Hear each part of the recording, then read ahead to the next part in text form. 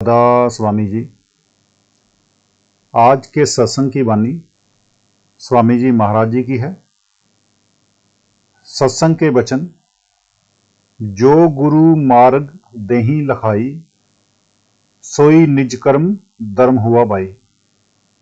कहते हैं, जो रास्ता गुरु बताता है कि इस राह से जा, इस तरह अभ्यास कर, ऊपर चढ़, इसके लिए वही कर्म है, वही धर्म है, वही दीन ईमान है, वही प्रेम प्यार के साथ करे।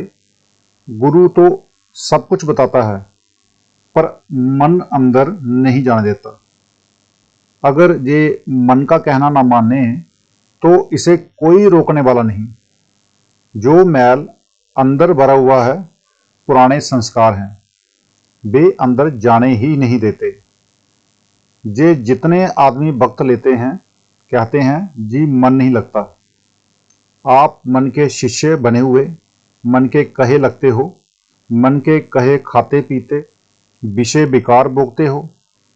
अगर गुरु का कहना माना तो गुरुमुख बन गए, अगर मन का कहना माना तो मनमुख बन गए। जब तक मन की दोस्ती नहीं छोड़ते, अंदर कैसे जाओगे? आप मन के कहने पर चल रहे हो। मन आपका दुश्मन है। जो दुश्मन का कहना माने, उसका बचाव किस तरह हो? नरकों में कौन ले जाता है? मन। जो मन का कहना माने, वह दोष किस पर लगाए? गुरु कहता है कि शराबों कबाबों विषय विकारों को छोड़ दे। काम क्रोध है कि शराबों कबाबों को की तरफ लेके जाता है, और काम क्रोध आशा मनसा छोड़ दे और नाम के साथ प्यार लगाकर अंदर चढ़कर पर्दा खोल। अगर गुरु का कहना ना माने, मन का कहना माने, वह आज भी मरा, कल भी मरा। क्योंकि मन हमारा दुश्मन है, लेकिन दुनिया की मोहब्बतें इसके दिल में फैली हुई हैं। अगर मैले बर्तन में दूध डालो, फट जाएगा। कबीर साहब कहते हैं, कबीर साचा सतगुरु किया, करे जो सिखा मह चूक, अंधे एक ना ला गई, जीव बांस बाजाई फूक। सतगुरु ने राह बता दी, अगर इसकी रूह कबूल नहीं करती तो गुरु का क्या कसूर? रूह मन की गुलाम बनी हुई है, फिर इसका बचाव किस तरह हो?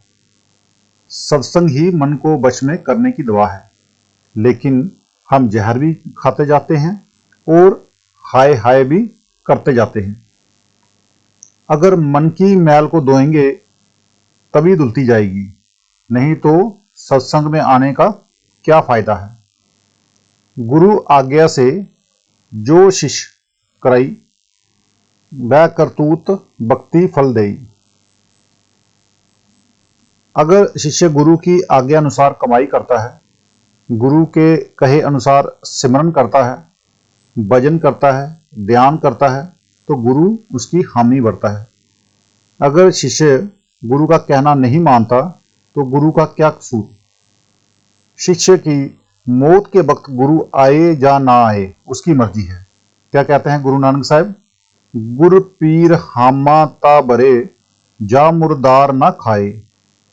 एक महात्मा बाजार में जा रहा था। रास्ते में एक दुकानदार ने खजूर रखी हुई थी। मन ने कहा, ये खजूर लेनी चाहिए। उसने मन को समझाया, मगर मन दुनिया के विषय विकारों का आशिक है। जब रात को सोया, खजूर सामने। रात के पिछले पहर में जब भजन पर बैठा तो खजूर सामने। मन भजन में ना लगा। हार कर सुबह जंगल में गया। एक गट्ठर लकड़ियों का जितना कि उठा सकता था उठाया। चलता है, गिर पड़ता है, फिर चलता है, गिर पड़ता है। मन से कहा कि खजूर भी तो तुझे ही खानी है। मुश्किल से चलकर शहर में पहुंचा। लकड़ियां बेची, जो कुछ पैसे मिले उनसे खजूर खरीदकर जंगल में ले गया। खजूर सामने रखी, फिर मन से कहता है कि आज तूने खजूर मांगी है, कल को अच्छे अच्छे खाने, अच्छे अच्छे कपड़े, फिर स्त्री मांगेगा। जब स्त्री आई तो बाल बच्चे होंगे, तब तो मैं तेरा ही हो गया। एक मुसाफिर जा रहा था, उसको बुलाकर कहता है, ले भाई, ये खजूर ले जा। अगर मन का कहना ना मानो तो कुछ हासिल करके ले जाओगे, अगर मानो तो मनमुख बन जाओगे। दुनिया में दो ही राहें हैं, एक गुरुमुख की, दूसरी मनमुख की। अगर शिष्य गुरु की आज्ञा में चलता है तो उसके बराबर कोई भक्ति नहीं। सतगुरु का हर हुक्म शिष्य के लिए भक्ति है। पहले भी कई दफा अर्ज की गई है कि ख्वाजा हाफिज साहब कहते हैं, अगर मुर्शिद कहता है कि अपना नवाज वाला मुसल्ला यानी नमाज के वक्त बिछाने वाली दरी शराब जैसी हराम चीज में रंग ले तो रंग ले। हालांकि जाहरी तौर पर ये अनुचित हुक्म है, लेकिन शिष्य के लिए उचित है। शिष्य जहाँ तालिब को खबर नहीं कि इसमें उसकी क्या बेहतरी है, मगर गुरु बाखबर है। अगर वह ऐसा हुक्म देता है तो शिष्य के फायदे के लिए। इसी तरह गुरु नानक साहब ने अपने शिष्यों को आजमाते हुए कहा कि मुर्दा खाओ। क्या ये कोई जायज हुक्म था? मगर जब मुर्दे पर से कपड़ा उतारा गया तो पता लगा कि वह जिंदा नहीं बल्कि मोहन बोग है। अब जिन्होंने हुक्म नहीं माना था वे पछताने लगे। गुरु गोविंद सिंह जी ने जब शिष्यों का इम्तिहान लेना चाहा तो 5000 में से सिर्फ 5 ही निकले। अगर शिष्य गुरु के हुक्म में चले तो इसे कोई डर नहीं बल्कि फायदा ही फायदा है। कई लोगों को लगता है कि गुरु नाजायज आज्ञा देता है, लेकिन वह नाजायज आज्ञा देता ही नहीं। अगर गुरु कोई ऐसा हुक्म देता है जो अभी हमारी समझ में नहीं आता, उसका वह जिम्मेदार है। वह सब कुछ जानता है। अंत में उसके हुक्म में चलने में ही हमारा फायदा है। कहते हैं, ताते प्रथम गुरु को खोजो, शब्द बतावे सो गुरु सोदो। हमारा पहला धर्म यह है कि गुरु की तलाश करें। पूरा गुरु कहीं भाग्य से मिलता है। वैसे गुरु हिंदुओं में भी है, मुसलमानों में भी है। आजकल के पढ़े लिखे लोग गुरुडम से नफरत करते हैं, मगर जो खोजी हैं वे अपनी तलाश का सिलसिला उस वक्त तक बराबर जारी रखते हैं जब तक कि पूरा गुरु नहीं मिल जाता। मैंने खुद 22 साल खोज की है। सिखों के घर पैदा हुआ, छोटी उम्र में ही ग्रंथ साहिब पढ़ाया गया। ये बाबा जी कह रहे हैं। बानी जगह जगह पूरे गुरु की तलाश पर जोर देती है। कई महात्मा मिले, बातचीत की, मगर तसल्ली ना हुई। जब वक्त आया, घर बैठे महाराजा बाबा जयमल सिंह जी मिल गए, जो खुद 5 शब्दों की कमाई करते हैं और अपने शिष्यों को 5 शब्द का वेद देते थे। वह पूरा गुरु है। जब भाग्य से मिल जाए, उससे राह लेकर ऊपर चढ़ो। हमें उसके साथ रिश्ते नाते नहीं जोड़ने। जिस तरह स्कूलों कॉलेजों में मास्टर प्रोफेसर हिंदू भी होते हैं, मुसलमान भी। हम उनसे शिक्षा लेने से इनकार तो नहीं करते। कबीर साहिब मुसलमान जुलाहे थे। उनके शिष्य राजा बीर सिंह, बघेल सिंह क्षत्रिय राजपूत थे।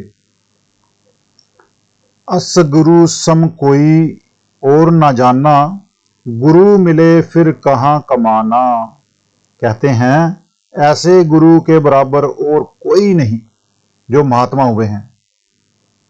जैसे गुरु नानक साहिब, कबीर साहिब, दादू साहिब, पलटू साहिब, उनकी भी 5 शब्द की ही राह थी।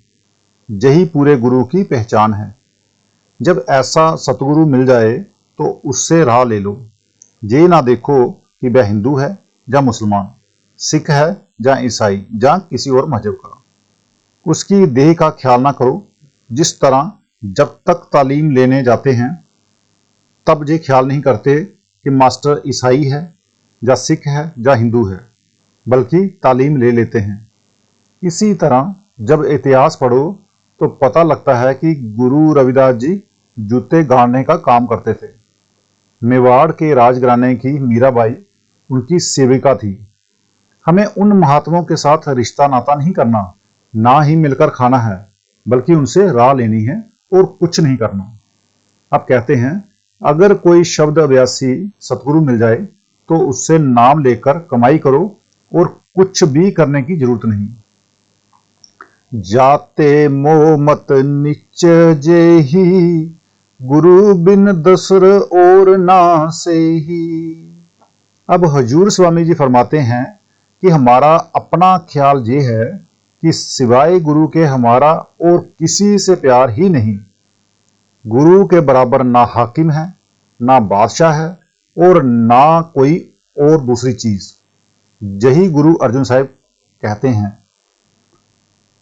गुरु गुरु गुर कर मन मोर, गुरु बिना मैं नाही होर। फिर कहते हैं, गुरु परमेश्वर एको जान।